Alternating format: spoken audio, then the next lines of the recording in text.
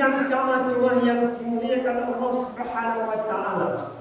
Pertama dan utama marilah kita panjatkan rasa puji syukur kehadirat Allah Subhanahu wa taala yang telah melimpahkan rahmat hidayah kepada kita sekalian, sehingga kita sekalian hari ini dapat mendengarkan khutbah Jumat dan nanti insyaallah dilangsungkan dengan salat berjamaah. Hadirin yang dimuliakan Allah Subhanahu wa taala, marilah kita senantiasa meningkatkan iman dan takwa kita kepada Allah Subhanahu wa taala, yaitu menjalankan segala perintah-perintahnya dan menjauhi segala apa yang dilarang oleh Allah Subhanahu wa taala. Hadirin yang dimuliakan Allah Subhanahu wa taala, bahwa Muhammad nabi dan rasul terakhir. Sesudah beliau tidak ada nabi dan rasul lagi. Jika nabi-nabi sebelum Rasulullah atau nabi yang lain diutus hanya untuk satu kaum saja, hanya untuk satu zaman, satu dekade. Tetapi Nabi Muhammad diutus untuk seluruh manusia atau seluruh alam semesta. Bahwa Nabi Muhammad diutus di tengah-tengah pada saat manusia berada dalam keadaan kesesatan, keadaan kejahatan, kezaliman dan kegelapan. Nabi diutus untuk menyempurnakan akhlak yang rusak. Nabi Muhammad diutus untuk menyampaikan risalah.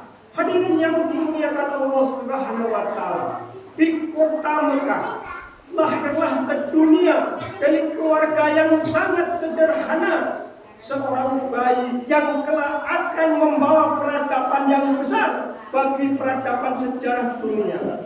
Bayi itu yatim, bapaknya yang bernama Abdullah meninggal 7 bulan sebelum bayi itu lahir. Kelahiran bayi itu disambut dengan penuh kasih sayang oleh kakeknya Abdul Muthalib. Bayi yang baru lahir itu kemudian dibawanya ke kaki Ka'bah, tempat yang sangat suci menurut adat, tradisi dan kebiasaan orang-orang Mekah. Di tempat yang suci inilah bayi yang baru lahir ini diberi nama Muhammad. Ibunya bernama Siti Aminah. Kelahiran bayi Muhammad itu pada tanggal 12 Rabiul Awal atau 12 Mulut atau tanggal 20 April tahun 571 Masehi yang bertepatan pada tahun gajah. Adapun sebab dinamakan tahun gajah, tahun kelahiran Muhammad itu dengan dinamakan tahun gajah, sebab pada waktu tahun itu kota Mekah baru diserang oleh suatu kaum pasukan tentara orang Nasrani yang kuat di bawah pimpinan Abraha, yaitu gubernur dari kerajaan Abyssinia yang memerintah di Yaman. Maksud dan tujuan mereka yaitu untuk menghancurkan tempat yang suci, yaitu Ka'bah. Hadirin yang dimuliakan Allah Subhanahu wa taala, pada saat waktu penyerangan, tentara pasukan Abraha yaitu menggunakan kendaraan gajah. Namun belum lagi sampai maksud dan tujuan mereka untuk menghancurkan tempat yang suci yaitu Ka'bah. Mereka semua sudah lebih dulu dihancurkan oleh Allah Subhanahu wa taala, yaitu Allah mengirimkan burung bernama ababil.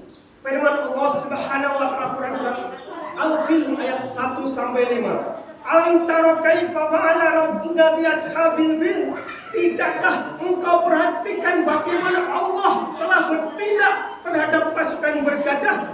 Alam yaj'al kaidahum fi tadlil? Bukankah Dia telah menjadikan tipu daya mereka itu semua sia-sia? Warsala alaihim tayran ababil, dan Allah mengirimkan kepada mereka yaitu burung-burung yang berbondong-bondong, tarmihim bijarratin min sijil, yang melempari mereka yaitu pasukan bergajah dengan batu dari tanah liat yang dibakar. Faja'alahum ka'asfin ma'kul, sehingga mereka dijadikan seperti daun-daun yang sedang dimakan ulat. Hadirin yang dimuliakan Allah Subhanahu wa taala, itulah pertolongan Allah Subhanahu wa taala yang dengan sudah jelas dan nyata, sehingga semua yang ingin menghancurkan, yang ingin memporak-porandakan Ka'bah sudah lebih dahulu dihancur-leburkan Allah Subhanahu wa taala.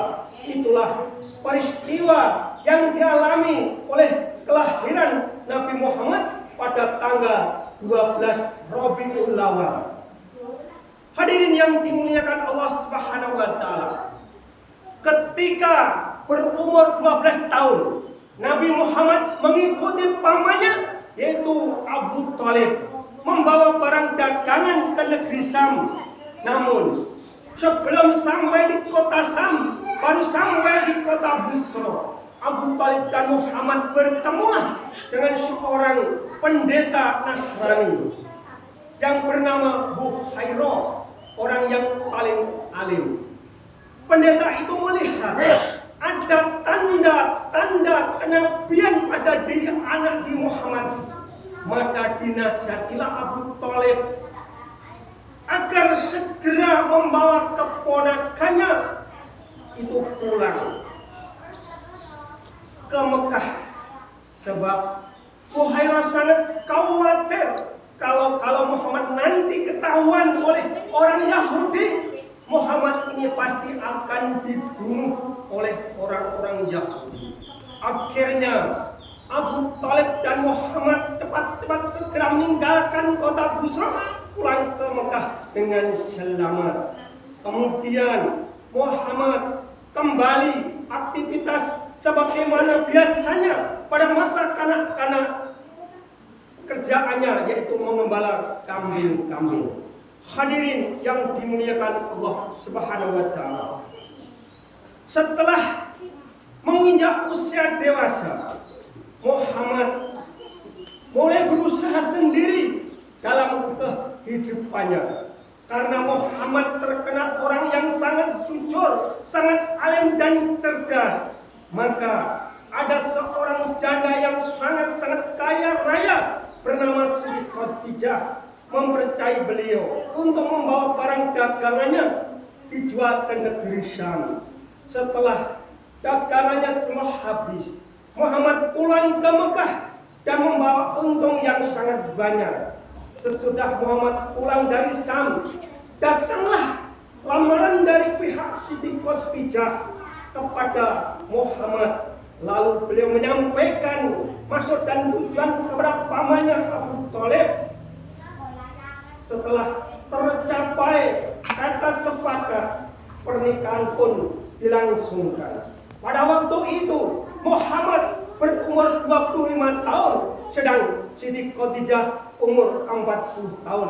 Akhirnya Siti Khadijah dan Muhammad resmi jadi suami istri yang sah untuk negara dan bangsa dan agama. Hadirin yang dimuliakan Allah Subhanahu wa taala, Rasulullah adalah manusia sebagai suri teladan yang sangat baik dalam keadaan hidup dan dalam keadaan wafatnya. Dalam perbuatan dan perkataan semuanya menjadi contoh yang sangat baik bagi orang-orang yang beriman kepada Allah Subhanahu wa taala. Tidak ada manusia yang lebih mulia di sisi Allah kecuali Rasulullah sallallahu alaihi wasallam. Meskipun Rasulullah adalah sebagai kekasih Allah, namun kematiannya tidak ditangguhkan walaupun hanya sesaat. Bahkan Allah Subhanahu wa taala memerintahkan malaikat maut untuk menjabut nyawa Rasulullah sallallahu alaihi wasallam, dan malaikat maut sendika ing dawuh melaksanakan apa yang telah diperintahkan kepadanya dan mengikuti apa yang didapatkan tertulis pada Lauhul Mahfuz. Begitulah keadaan Rasulullah sallallahu alaihi wasallam di sisi Allah. Beliau adalah orang yang mempunyai kedudukan yang sangat tinggi derajatnya. Beliau adalah orang yang memiliki syafaat di hari kiamat. Rasulullah adalah orang yang paling mulia di hadapan Allah Subhanahu wa taala. Seorang penghulu Rasul, namun menghadapi kematiannya ia benar-benar berat pada orang yang maksum. Apalagi kita semua nanti yang sangat dekat dengan perbuatan dosa, yang telah banyak melakukan kezaliman dan kefasikan. Bagaimana nasib kita semua nanti dalam menghadapi sakaratul maut nanti? Padahal tidak ada jaminan amal kita diterima atau ditolak. Tidak ada jaminan dosa kita diampuni atau ditolak. Hadirin yang dimuliakan Allah Subhanahu wa taala, mungkin hanya di sini saja apa yang dapat kami sampaikan. Mudah-mudahan dapat keimanan dan ketakwaan kita kepada Allah Subhanahu wa taala.